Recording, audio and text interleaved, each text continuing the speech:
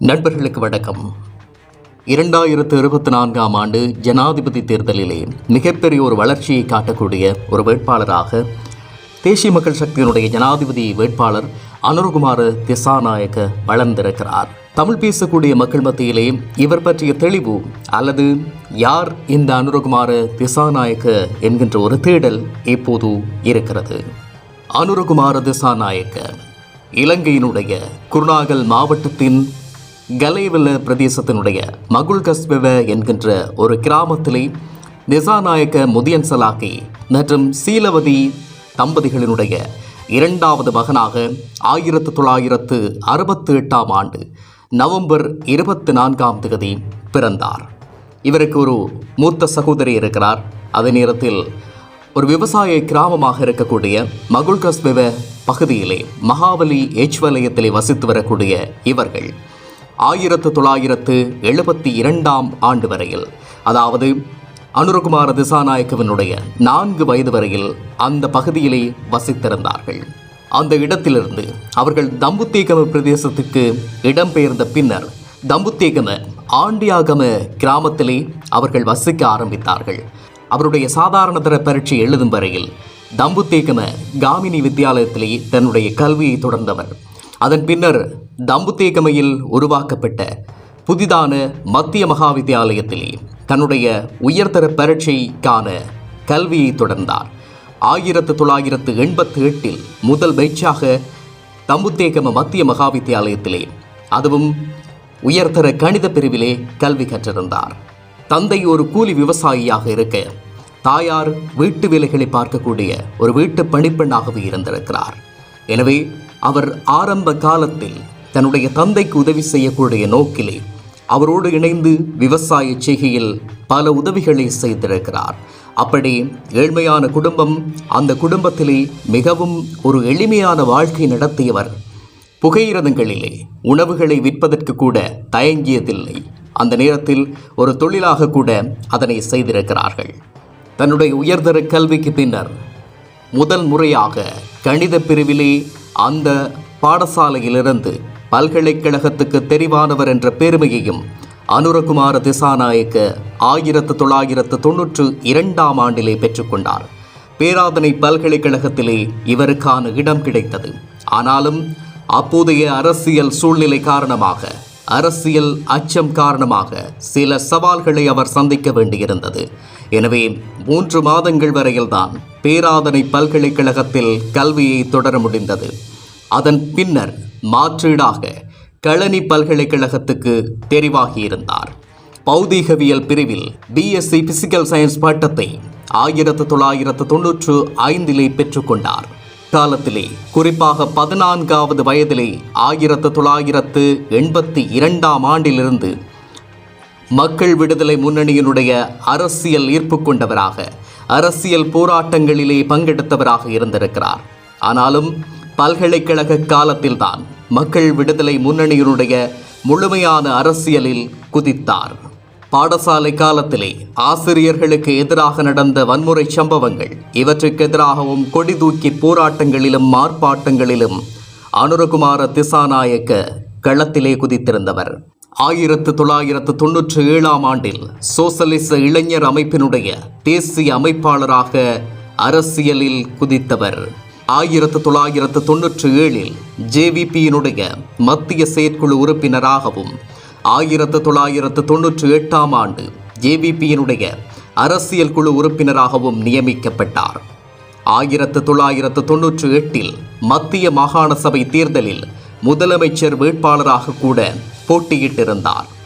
2000ஆம் ஆண்டில் முதன்முறையாக நாடாளுமன்றத்துக்கு தெரிவாகியவர். 2004ஆம் ஆண்டில் குருநாகல் மாவட்டத்திலே போட்டியிட்டு அதிக விருப்பு வாக்குகளுடன் நாடாளுமன்றத்துக்கு தெரிவாகினார். அதே ஆண்டில் கூட்டணி அரசாங்கத்தில் விவசாய அமைச்சராகவும் பதவி வகித்தார். தான் பதவி வகித்த 14 மாத கால பகுதியில் விவசாயம் மற்றும் கால்நடை துறையில் மிகப்பெரிய மாற்றத்தை உருவாக்கி காண்பித்தார். அதிகளவான நெல் உற்பத்தி, அதிலே புதிய நடைமுறைகள், தொழில்நுட்பங்களை கொண்டு வருதல், அதேபோல கால்நடை உற்பத்தியில் பால் உற்பத்தியை அதிகரிப்பது தொடர்பான பல கைத்தொழில் பேட்டைகளை நிறுவி அரசோடு இணைந்து இயங்கக்கூடிய மில்கோ நிறுவனத்தை அதிக வருமானம் ஈட்டக்கூடிய நிறுவனமாக மாற்றியமைத்தமை உள்ளிட்ட பல விடயங்களை அவருடைய காலப்பகுதியில் நிகழ்த்தி காட்டினார். 2008ஆம் ஆண்டில் ஜேவிபியினுடைய நாடாளுமன்ற குழு தலைவராக தெரிவு செய்யப்பட்டவர். 2010இல் மீண்டும் தேசிய பட்டியலூடாக நாடாளுமன்றத்துக்கு தெரிவாகியிருந்தார். 2014 ஜனவரி 2ஆம் தேதி ஜேவிபியினுடைய தலைவராக நியமிக்கப்பட்டார். அவர் பதவியேற்ற பின்னர் மாகாண சபை தேர்தல்களில் ஜேவிபியினுடைய வாக்கு வங்கி சடுதியாக அதிகரித்தது. 2015 நடைபெற்ற பொது தேர்தலில் கொழும்பு மாவட்டத்தில் போட்டியிட்டு வெற்றி பெற்றதோடு எதிர்க்கட்சி பிரதம கொறடாவாகவும் செயற்பட்டார். நல்லாட்சி அரசாங்க காலமாக இருந்த இந்த காலத்தில் மைத்ரிபால சிறிசேன ஜனாதிபதியாக இருந்தபோது எதிர்க்கட்சி தலைவராக செயற்பட்டிருந்த இரா சம்பந்தனோடு எதிர்க்கட்சியினுடைய பிரதம கொறடாவாகவும் செயற்பட்டிருந்தார். 2019 ஆகஸ்ட் 18ஆம் தேதி தேசிய மக்கள் சக்தியினுடைய ஜனாதிபதி வேட்பாளராக முதலாக பெயரிடப்பட்டார். 1982ஆம் ஆண்டு நடந்த முதலாவது ஜனாதிபதி தேர்தலில் ஜேவிபி சார்பில் அதன் நிறுவனரான ரோஹண விஜயவீர 2,73,428 வாக்குகளை பெற்றிருந்தார். அதன் பின்னர் 1999 ஜனாதிபதி தேர்தலில் ஜேவிபி சார்பில் நந்தன குணத்திலக போட்டியிட்டு 3,44,173 வாக்குகளை பெற்றிருந்தார். 2010 பொது வேட்பாளராக களமிறங்கிய பொன்சேகாவுக்கு ஆதரவு வழங்கி நின்றதோடு 2015 நடைபெற்ற ஜனாதிபதி தேர்தலில் போட்டியிடாமல் மஹிந்த ராஜபக்சவுக்கு வாக்களிக்க கூடாது என்ற பிரச்சாரத்தையும் முன்னெடுத்திருந்தார். சிறு வயது முதலே எளிமையானவராக, துடிப்புள்ளவராக, மிக ஆரோக்கியமான கருத்துக்களை பகிர்ந்து வந்தவர். சிறுவயதில் மாணவர்களாக இருந்த காலகட்டத்தில் எப்படியான இளமை துடிப்போடு இருந்தார்களோ அந்த துடிப்புகளை, அதுவும் கிராமத்தில் இருந்தபோது அனுபவிக்க வேண்டிய அத்தனை குதூகலங்களையும் அனுபவித்தவர். வாய்க்கால்களில் நீந்தி குளிப்பதையே அதிக நேரம் செலவழிப்பவராக தன்னுடைய நண்பர்களோடு செலவழித்தவர். பல்கலைக்கழக காலத்திலே சிறந்ததொரு பேட்மிண்டன் பிளேயராகவும் தன்னை வலுப்படுத்தி கொண்டார். இப்போது கூட தன்னோடு கற்ற நண்பர்களோடு இணைந்து 6 மாதங்களுக்கு ஒரு தடவையாவது தன்னுடைய பல்கலைக்கழக கால நெகிழ்வான சம்பவங்களை மீண்டும் கொண்டாடி மகிழ்வதை வழக்கமாக கொண்டிருக்கிறார். எப்போதும் அரசினுடைய ஊழலுக்கு எதிராக குரல் கொடுக்கக்கூடியவர்.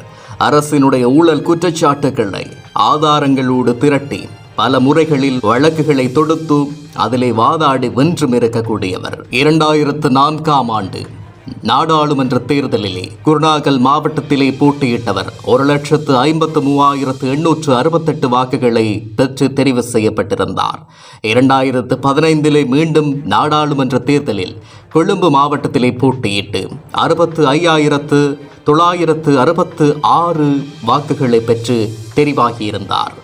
2019 ஜனாதிபதி தேர்தலில் களம் குதித்தவர் 4,18,553 வாக்குகளை பெற்று அந்த போட்டியிலே 3வது வெற்றியாளராக தெரிவாகியிருந்தார். 2020ஆம் ஆண்டு நாடாளுமன்ற தேர்தலிலும் கொழும்பு மாவட்டத்தின் சார்பிலே போட்டியிட்டு 49,814 வாக்குகளுடன் தெரிவாகியிருந்தவர். 2024 ஜனாதிபதி தேர்தலிலே மிகப்பெரிய எதிர்பார்ப்போடு மாற்றத்தை விரும்பி நின்ற மக்களினுடைய ஆணையாக அவர் பெரும் முனையாக இருந்த போட்டி முனையில் ஒரு போட்டியாளராக களம் நுழைந்தவர்.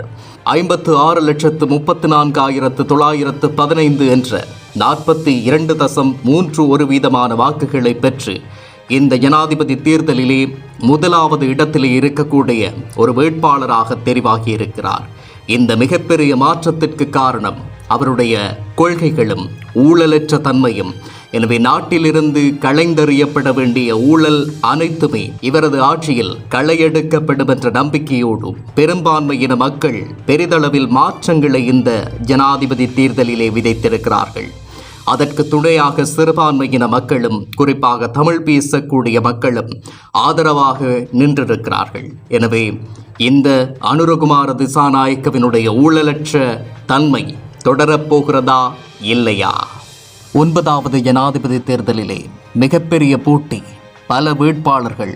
எனவே வாக்குகள் பிரிந்ததன் காரணமாக முதன்முறையாக 50 வீதத்தை கடக்க முடியாத வேட்பாளர்களினுடைய வாக்கு வங்கியினால் 2வது விருப்பத் தெரிவு வாக்குகள் எண்ணும் பணிகள் இடம்பெற்றது. அதன் அடிப்படையில் அந்த விருப்பு வாக்குகளிலே 1,05,264 விருப்பு வாக்குகளை பெற்று மொத்தமாக 57,40,179 வாக்குகளுடன் முதலாவது இடத்தை பெற்றுக்கொண்ட தேசிய மக்கள் சக்தியினுடைய ஜனாதிபதி வேட்பாளர் அனுரகுமார திசாநாயக்க அவர்கள் இலங்கையினுடைய முதலாவது இடதுசாரி ஜனாதிபதியாக தெரிவு செய்யப்பட்டிருக்கிறார். எனவே ஊழலற்ற ஆட்சியும் பொருளாதார ரீதியான தலை நிமிர்வும் இவருடைய ஆட்சியில் வலுப்பெறும் என்ற நம்பிக்கையோடு மக்கள் ஆணை வழங்கியிருக்கிறார்கள். அவருக்கு எமது வாழ்த்துக்கள்.